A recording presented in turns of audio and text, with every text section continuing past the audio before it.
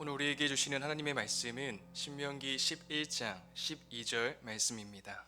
구약성경 신명기 11장 12절 말씀입니다. 구약 279페이지에 있습니다.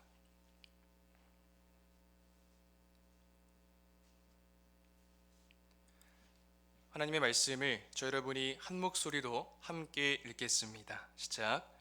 내 하나님 여호와께서 돌보아 주시는 땅이라 연초부터 연말까지 내 하나님 여호와의 눈이 항상 그 위에 있느니라. 아멘. 다사다난했던 2025년이 막을 내리고 2026년 밝은 새해가 시작된 지도 어느덧 2주일이 넘게 지나가고 있습니다. 여러분, 주님 안에서 복된 새해의 시간들 보내고 계신가요? 우리 교회는 신년 특별 밤 기도회를 통해서 오직 하나님만 예배합니다 라는 주제로 온 성도가 함께 모여 하나님을 예배하는 것이 무엇인지, 하나님이 기뻐하시는 예배가 무엇인지, 하나님께서 기뻐 받으시는 삶의 예배자로 살아가는 것이 얼마나 복된 일인지를 말씀을 통해 함께 살펴보며 그러한 삶을 살아가겠노라 다짐하고 결단하며 뜨겁게 기도하는 시간을 가졌습니다. 새해를 시작하면서 다른 그 무엇이 아닌 하나님의 말씀 앞에 온 성도가 함께 모여 말씀을 청종하고 그 말씀대로 순종하며 실천하기를 결단하면서 기도했던 그 시간은 참으로 복된 시간이며 새해를 가장 유익하게 시작한 줄로 믿습니다. 반면에 일반적으로 세상 사람들은 새해가 시작되면 가장 먼저 무슨 일을 하는지, 어떠한 것들을 계획하고 목표로 세우는지 한번 조사를 해보았습니다. 조사한 바에 따르면 먼저 제야의 종 타종 행사에 참여하면서 이 신년 카운트다운을 세는 것을 시작으로 새해가 되면 가장 먼저 몸을 바꾸자는 목표를 많이 세운다고 합니다. 국내 조사에서도 신년 목표 상위에 운동, 건강 관리가 반복적으로 등장하고 실제 실천 항목에서도 운동과 건강 관리 비중이 높게 나타났습니다. 해외도 크게 다르지 않아서 2026년 미국 설문에서도 결심의 큰 축이 신체 건강이며 구체 항목으로는 운동과 체중 감량이 상위에 올라온 것을 확인할 수 있었습니다. 경제 목표도 매년 상위권이죠. 국내 조사에서도 저축, 투자, 빚 탕감이 큰 비중을 차지하고 2026년 국내 트렌드 조사에서도 대표 신년 계획으로 저축이 함께 언급됩니다. 미국 설문에서도 재정 목표가 가장 흔한 결심 중 하나로 집계되었는데요. 최근에는 마음 건강이 신년 목표로 더욱 또렷하게 부각된다고 합니다. 스트레스 관리, 심리 상담 등 자기 돌봄, 마음 건강 관리가 상위 항목으로 제시되었고, 이 외에도 흡연, 음주, 수면, 식습관, 휴대폰 사용 등 생활 습관 개선, 그리고 자격증과 외국어 등 자기 개발, 또 가족 관계 유지 및 개선, 인간 관계 개선 및 확대, 마지막으로 운세, 사주 등등 정말 다양했습니다. 제가 이 자료들을 유심히 읽어가면서 사람들은 몸, 돈, 마음, 관계, 미래를 다시 내 계획대로, 내 목표대로 붙잡고 이루어내고 싶어하는 마음을 누구나 강하게 가지고 있다라는 것을 크게 절감할 수 있었습니다. 물론 우리도 이와 비슷한 계획을 세우고 목표를 설정하고 거기에 도달하기 위해 열심히 노력하며 다양한 일들을 시도할 수 있습니다. 그것 자체를 나쁘게 볼 이유는 없겠죠. 하지만 그럼에도 우리의 전 존재를 들여서 전인적으로 하나님을 예배하는 하나님 나라 백성, 성도인 우리에게 있어서 새해를 시작하며 무엇보다 우선적으로 붙잡아야 할 것은 단연 하나님의 말씀일 것입니다. 오늘 본문 말씀은 우리에게 그 이유를 너무나 분명하게 보여주고 있습니다. 오늘 본문 말씀 다시 한번 함께 읽겠습니다. 시작. 내 하나님 여호와께서 돌보아 주시는 땅이라 연초부터 연말까지 내 하나님 여호와의 눈이 항상 그 위에 있느니라. 아멘. 이 새해를 맞는 우리에게 정말 딱 맞는 말씀 아닌가요? 오늘 함께 읽진 않았지만 전후 문맥을 살피면서 본문 안으로 깊이 들어가 보면 이 말씀에서 핵심은 그 위라는 이 짧은 단어에 있다는 것을 알 수 있습니다. 그 위라는 표현에 우리는 주목해야 합니다. 원문은 그 안에, 그 위에라는 뜻을 모두 포함하고 있습니다. 이 말의 선행사는 분명하죠. 바로 가나안 땅입니다. 하지만 이 표현은 단순히 하나님의 하늘에서 땅을 내려다 보신다는 공간적 묘사가 아닙니다. 여러분, 성경에서 하나님의 눈은 관찰자의 눈이 아닙니다. 소설에서 많이 등장하는 관찰자 시점이 아닙니다. 성경에서 하나님의 눈은 언약을 끝까지 책임지시는 분의 눈, 그 백성을 돌보시고 지키시는 분의 눈을 의미합니다. 다시 말해 이 구절은 가나안 땅 전체가 하나님의 지속적인 관심과 책임 있는 섭리 아래 놓여 있다는 너무나 귀중한 선언입니다. 더욱이 이 말씀은 앞선 문맥과 분리해서는 이해할 수 없습니다. 신명기 11장 10절과 11절입니다. 내가 들어가 차지하려 하는 땅은 내가 나온 애굽 땅과 같지 아니하니 거기에서는 너희가 파종한 후에 발로 물 대기를 채소밭에 댐과 같이 하였거니와 너희가 건너가서 차지할 땅은 산과 골짜기가 있어서 하늘에서 내리는 비를 흡수하는 땅이요. 하나님은 애굽과 가나안에 대비하십니다. 애굽은 나일강의 물을 발로 끌어올려 농사 짓는 땅이었습니다. 인간의 기술, 체계, 관리가 생존에 좌우했습니다. 하지만 가나안은 달랐습니다. 하늘에서 비가 내려야만 생존할 수 있는 땅이었습니다. 인간이 통제할 수 없는 구조 속에 놓인 땅이었습니다. 그래서 하나님은 이스라엘을 가나안으로 인도하셨습니다. 편리한 땅이 아니라 하나님을 바라보지 않으면 살 수 없는 땅으로 말이죠. 그렇게 하나님은 내 눈이 항상 그 위에 있다라고 말씀하십니다. 이 말은 너희가 그 땅에서 잘하는지 못하는지 내가 지켜보겠다는 경고가 아니라 내가 맡은 내 소유의 땅이니 내가 끝까지 책임진다라는 약속입니다. 새해 초만이 아니라 연말까지, 시작만이 아니라 끝까지 하나님의 눈은 단 한순간도 결코 떠나지 않습니다. 여러분, 우리의 참 소망이 바로 여기에 있습니다. 대형 물류센터에서 자동화 시스템이 체계적으로 완벽하게 작동할 때는 관리자가 현장을 자주 보지 않아도 괜찮습니다. 그러나 사람의 손길이 많이 필요한 작은 공장은 이와 다르지요. 공장 사장이 수시로 현장을 돌며 기계를 점검하고 직원의 상태를 살펴야 합니다. 왜냐하면 작은 문제 하나가 전체를 무너뜨릴 수 있기 때문입니다. 이처럼 관심이 많다는 것은 위험하다는 뜻이 아니라 그만큼 소중하다는 뜻입니다. 가나안이 바로 그런 땅이었습니다. 하나님의 눈이 머문 이유는 불안정해서가 아니라 변함없는 영원한 언약 안에서 너무도 중요했기 때문입니다. 하나님께서는 이스라엘이 스스로 자립했다고 느끼는 순간에 경계하셨고 그래서 일부러 하늘을 바라보게 하셨습니다. 출애굽해서 가나안 땅에 들어가기까지 광야의 삶 또한 하늘만 바라보고 살게 하신 아주 특별한 하나님의 의도였듯이 말입니다. 2026년 새해를 살아가는 우리의 현실도 별반 다르지 않습니다. 우리는 계획을 세우고 기술을 배우고 미래를 예측하려 애쓰죠. 하다못해 세상 사람들 가운데는 심지어 그리스도인이라 할지라도 쪽집게라고 불리는 무당들을 찾는 이들도 많습니다. 하지만 그럼에도 여전히 우리의 삶은 예측되거나 통제되지 않는 변수들로 가득 차 있습니다. 건강, 경제, 정치, 인간관계, 사명 등 우리가 붙들 수 없는 것들이 우리 삶을 지탱하고 있습니다.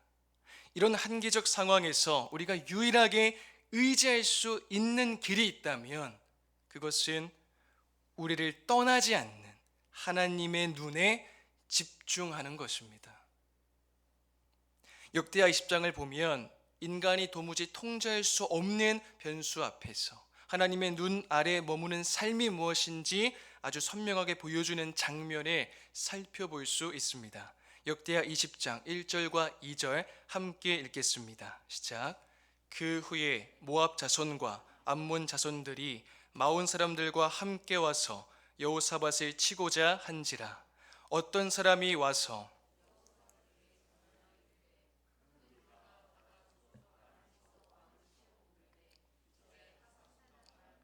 엔게디에 있나이다 하니, 유다 백성은 모압과 암몬 연합군이 밀려온다는 소식을 듣습니다. 나라가 흔들릴 만큼 큰 위기 상황에 봉착하였습니다. 단 한순간에 모든 계획이 무너지는 상황입니다. 그때 여호사밧 왕이 한 행동인 더 완벽하고 정교한 전략을 짜는 것이 아니라 하나님 앞에 먼저 서는 것이었습니다. 금식을 선포하고 온 회중을 다 모아서 하나님 앞에 엎드려 간절히 간구합니다. 여호사밧이 이렇게 고백하죠. 12절입니다.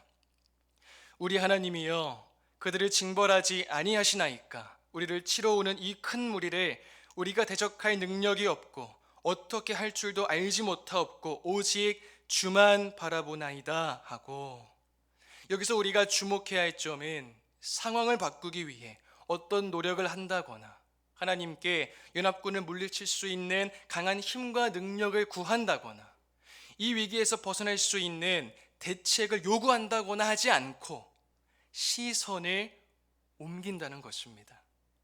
우리는 할 수 없습니다 고백하면서도 절망으로 무너지는 게 아니라 시선의 방향을 하나님께로 고정합니다. 오직 주님만 바라봅니다. 하나님의 눈이 그 위에 머문다는 것은 하나님께서 하나님 나라 언약의 백성들을 결코 놓치지 않으시고 끝까지 포기하지 않으시며 붙드신다는 것입니다. 그렇기에 성도의 시선은 그 하나님을 향하게 되는 것입니다. 자기 자신을 의지하지 않고 본인 스스로 중심이 되지 않고 하나님만을 바라보게 되는 것입니다. 17절에서 하나님이 선지자를 통해 말씀하시죠. 이 전쟁에는 너희가 싸울 것이 없나니 대열을 이루고 서서 너희와 함께한 여호와가 구원하는 것을 보라. 유다와 예루살렘아, 너희는 두려워하지 말며 놀라지 말고 내일 그들을 맞서 나가라. 여호와가 너희와 함께하리라 하셨느니라. 아멘. 하나님의 눈이 머문 자리에서 일어나는 열매는 나의 통제권을 내려놓고도 무너지지 않는 참된 평안을 얻고 누리며 담대함을 잃지 않는다는 것입니다. 왜냐하면 우리의 유일한 통치자가 되시는 하나님의 눈은 감시의 눈이 아니라 책임지는 눈이기 때문입니다. 여러분, 우리의 2026년 또한 마찬가지입니다. 우리는 각자 나름대로 올해 이렇게 굴러가게 하겠다 계획하지만 어떤 날은 전혀 예상치 못한 소식 하나만으로도 모든 것이 흔들립니다. 계획이 무너집니다. 목표를 이루지 못합니다. 그럴수록 더욱 좌절하고 절망하고 비관하게 됩니다. 그런 순간에 성도의 살 길은 내가 세운 계획표를 더 촘촘히 만드는 것이 아니라 내 힘과 능력을 의지하는 것이 아니라 내 눈에 좋아 보이는 환경을 쫓아가는 것이 아니라 여호사밧과 같이 믿음으로 고백하는 것입니다. 주님, 저는 어떻게 할지 모릅니다. 도무지 저는 할 수 없습니다. 그러나 제 눈을 주님께 두겠습니다. 하나님의 눈이 나를 떠나지 않는다는 약속 위에서 내 눈이 다른 그 무엇이 아닌 하나님께 머무를 때 그 자리에서 하나님은 우리를 홀로 두지 않으시고 끝까지 책임지십니다. 연초부터 연말까지, 시작부터 끝까지 그 눈이 그 위에 있는 한 우리는 결코 길을 잃지 않습니다. 톨스토이의 이반 일리치의 죽음이라는 작품이 있습니다. 이 책은 인간이 얼마나 자신의 인생을 관리 가능한 것으로 만들고 싶어 하는지 잘 드러냅니다. 주인공 이반 일리치는 성실하고 유능합니다. 무엇보다 그는 바르게, 단정하게 남들이 인정하는 방식으로 살고 싶어 합니다. 출세의 궤도, 체면의 궤도, 사회적 성공의 궤도, 그가 바라는 삶은 한마디로 예측 가능하고 안정된 삶입니다. 그래서 그는 늘 선택합니다. 덜 위험한 편을, 덜 손해보는 편을, 더 정상으로 보이는 편을. 결혼도, 직장도, 인간관계도 결국은 문제 없이 굴러가게 만드는 방향으로 조정해 나갑니다. 그런데 이 책은 그런 삶이 어느 날 얼마나 쉽게 깨질 수 있는지를 보여주고 있습니다. 이반 일리치는 집을 꾸미다가 사소한 사고를 당하고 그 후부터 몸에 이상이 시작됩니다. 처음엔 대수롭지 않게 여깁니다. 병원을 가고 의사를 만나고 처방을 받고 일상을 유지하려 합니다. 여기까지는 관리의 영역입니다. 사람들은 대개 이 지점에서 내가 해결할 수 있겠지라고 생각합니다.